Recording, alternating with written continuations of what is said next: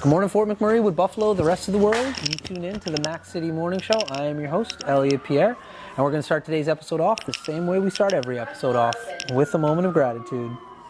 I know you could be doing a million other things with your time, and the fact that you spend it with us truly does mean the world to me, so thank you. On that note, Tanner, hit him with the intro.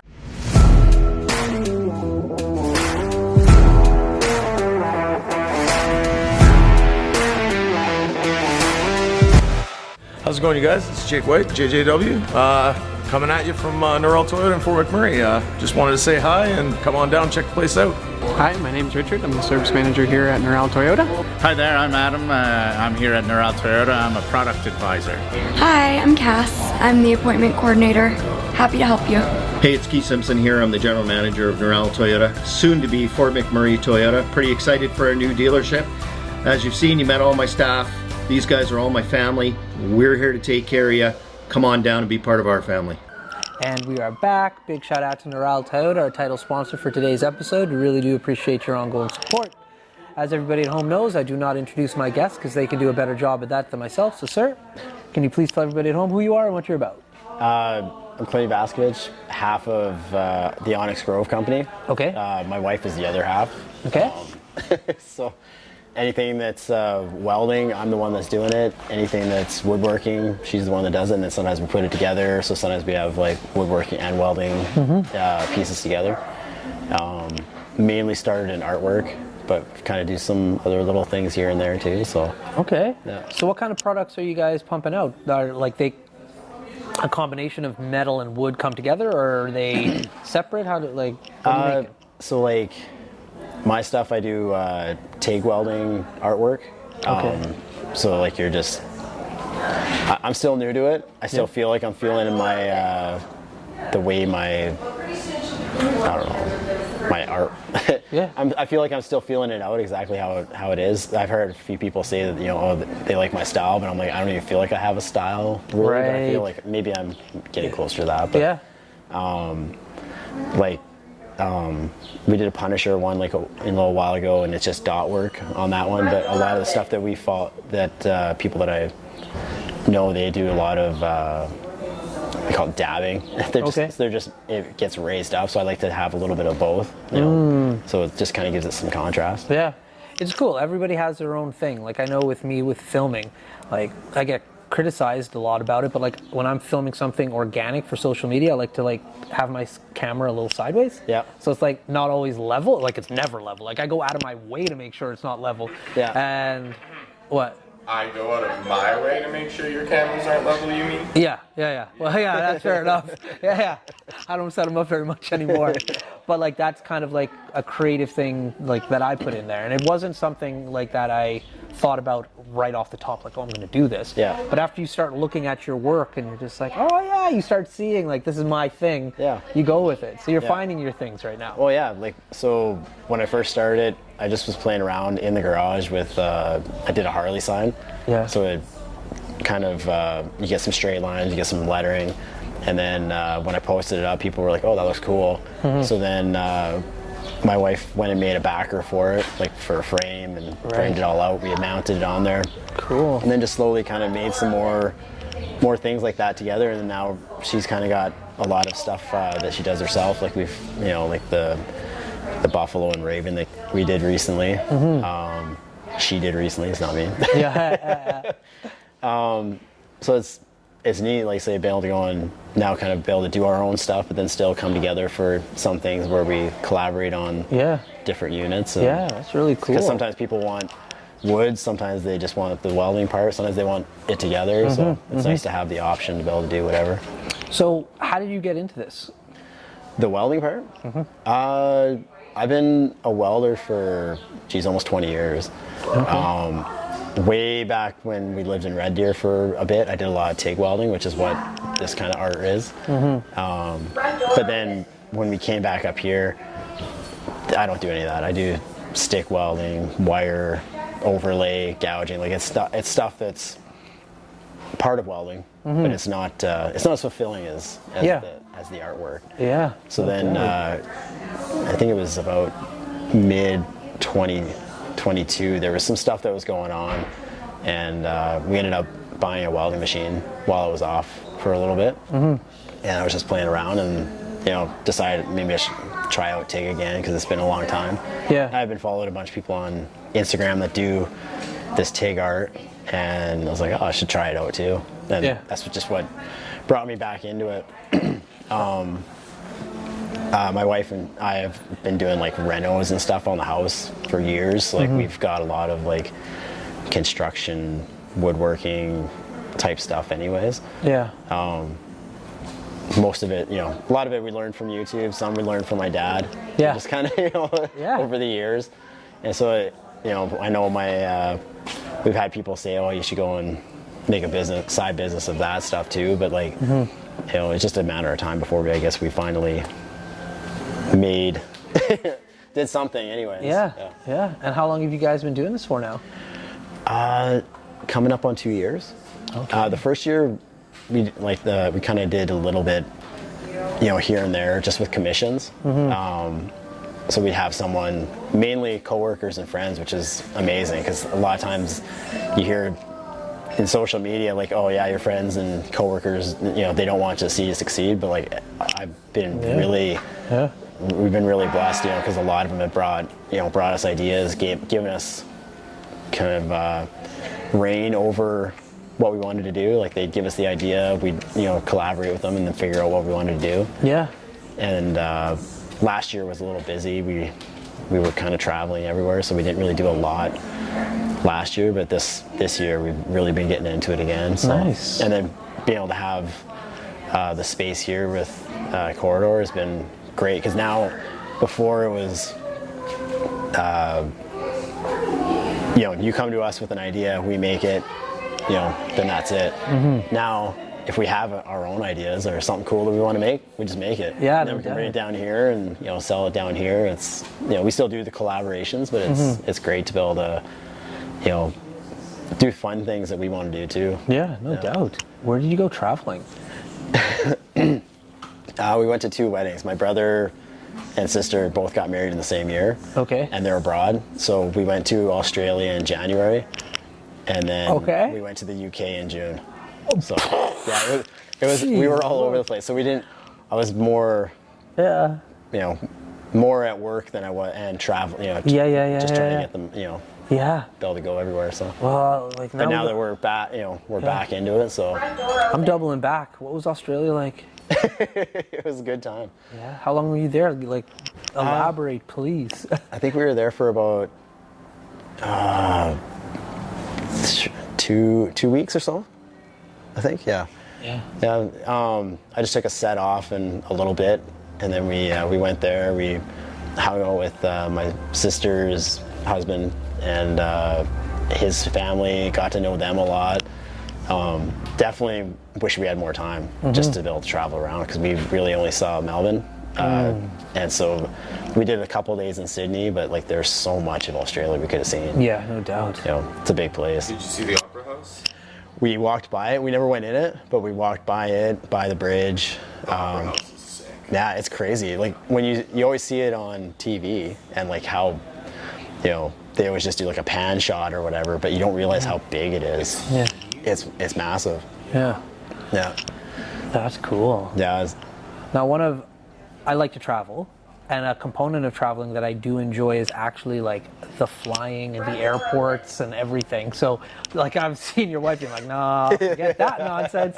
What was the commute like over there? Disgusting.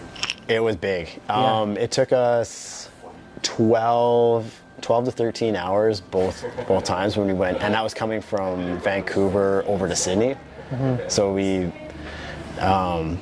went from Edmonton to Vancouver.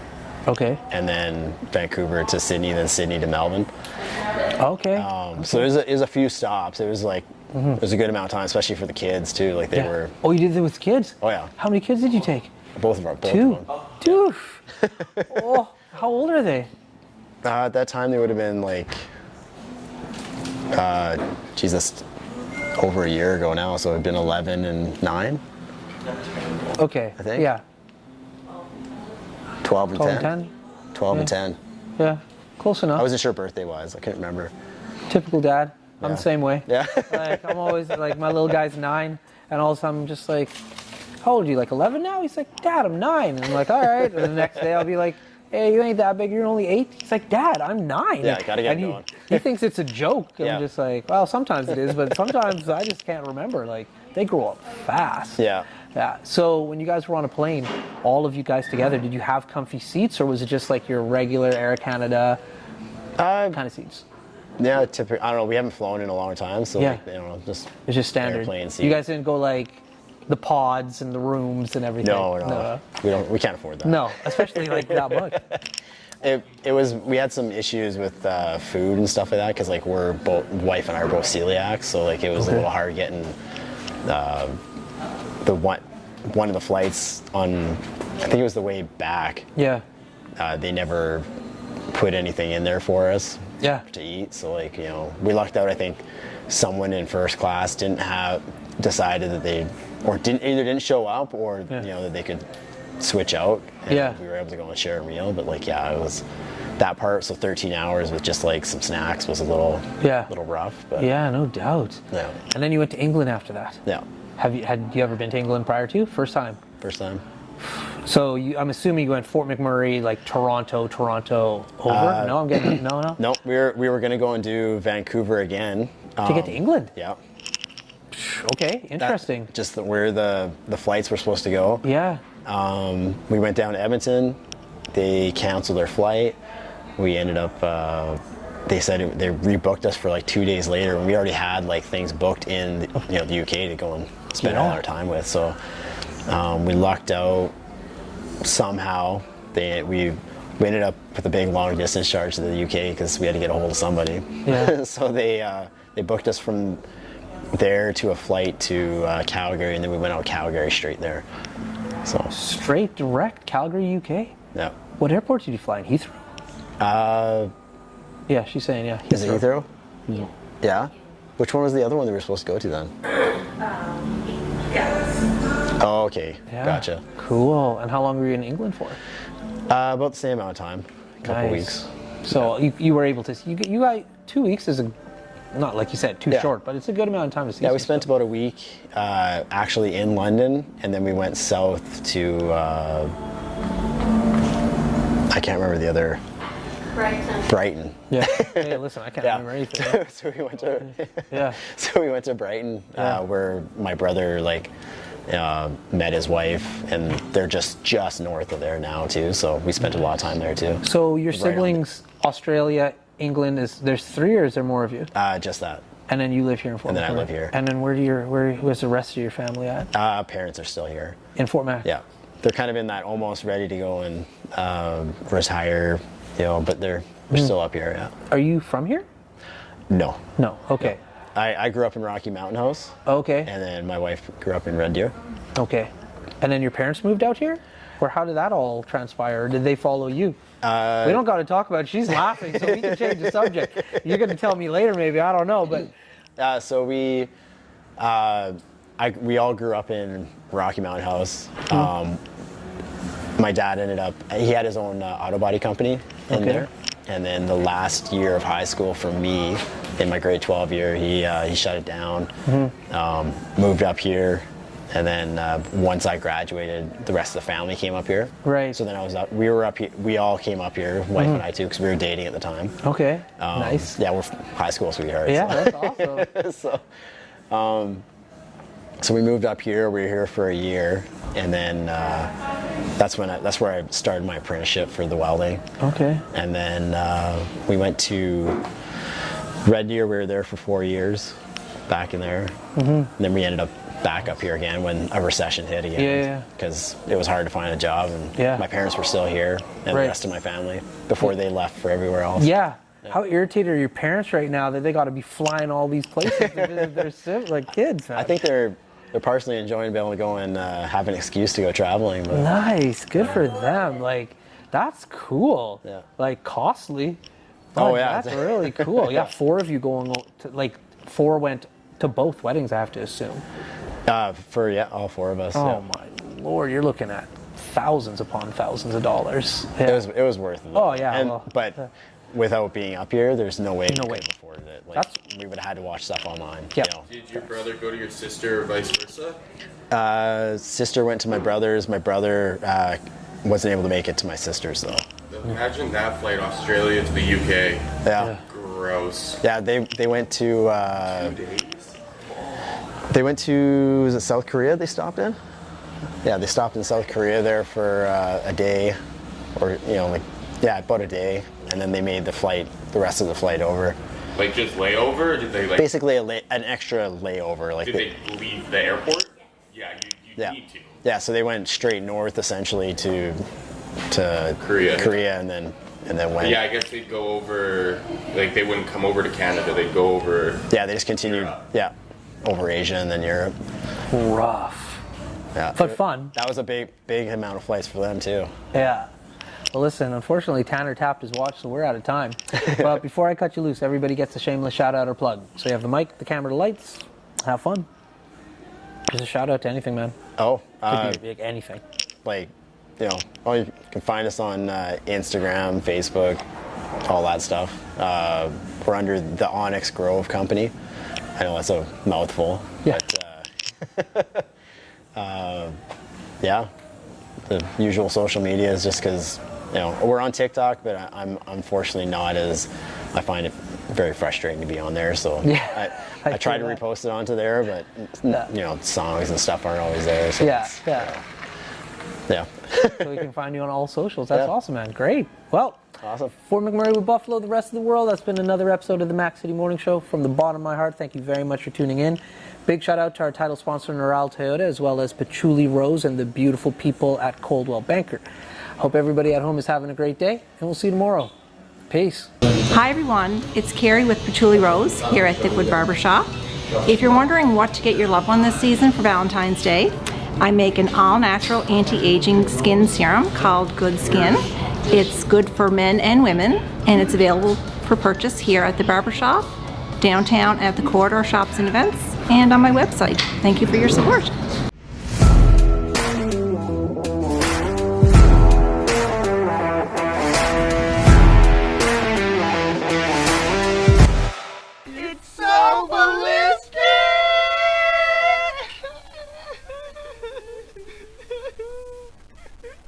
Talk about quenching your ugly thirst.